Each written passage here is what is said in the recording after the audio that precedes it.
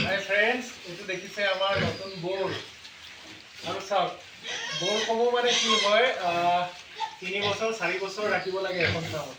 সেইটো কাৰণে এই ব'ৰ্ডসমূহ সদায় আমি অনাৰে মানে ফ্ৰেণ্ডলি কৰি থ'ব লাগে আৰু মানে যাতে ইয়াক হেণ্ডেলিং কৰিব পাৰে। যিহেতু ই ডাঙৰ হৈ যাব ন, 3 কুইণ্টেল 4 কুইণ্টেল হৈ যাব 1 বছৰ 1.5 বছৰৰ পাছত, তেতিয়া ইয়াক কণ্ট্ৰল কৰা মুস্কিল হ'ব। যদি আপোনালোকে ইয়াৰ লগত বন্ধুসুলভ আচৰণ নকৰে সৰুৰ পৰা, তেতিয়া কি হ'ব, আপুনি ইয়াকটো এক্সট্ৰাকৈ এটা ৰুমত ৰাখিব লাগিব। সেই ৰুমটোত আপুনি প্ৰৱেশ কৰোঁতে মানে বহুত সাৱধান হ'ব লাগিব, যিহেতু ইয়াৰ মানে কি আৰু দাঁত ওলাই যায়, ডাঙৰ হৈ যায়, বহুত এগ্ৰেছিভ হ'লে বহুত প্ৰব্লেম হয়। সেইটো কাৰণে ইয়াক কি কৰা হয়, আমি সৰুৰ পৰাই মানে ট্ৰেইনিং কৰোঁ। যাতে ট্ৰেইনিং মানে কি আৰু আচলতে মৰম দিওঁ, যাতে ই মানে ডাঙৰ হ'লে ইয়াক কণ্ট্ৰল কৰিব ভাল হয়। আমি যেনি বিচাৰোঁ তেনিয়ে নিব ভাল হয়।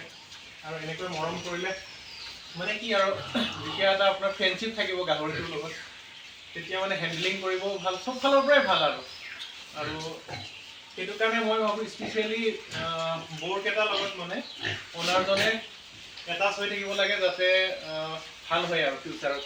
নহ'লে এনেকুৱাও দেখিছোঁ মই কিছুমান ফাৰ্মত মানে ব'ৰ্ডে ধৰ গাহৰি ফাৰ্মৰ অনাৰকো এটেক কৰা দেখিছোঁ মই। মানে কি কৰোঁ বুলি নকৰিলেও ধৰ কেতিয়াবা হৈ যায় আৰু। কিন্তু এনেকৈ যেতিয়া আপুনি প্ৰথমৰ পৰাই সৰুৰ পৰাই সিহঁতৰ লগত বন্ধুসুলভ আচৰণ কৰিব, তেতিয়া মানে আপুনি ফিউচাৰত একো প্ৰব্লেম নাপায়।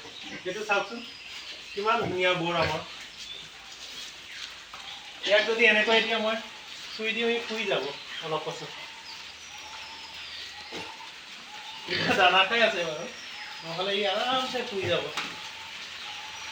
ত' আশা কৰোঁ আপোনালোকেও এনেকৈ ব'ৰ্ডসমূহক মৰম কৰিব। আৰু ইয়াৰ টেষ্টিকল দুটা চাওক,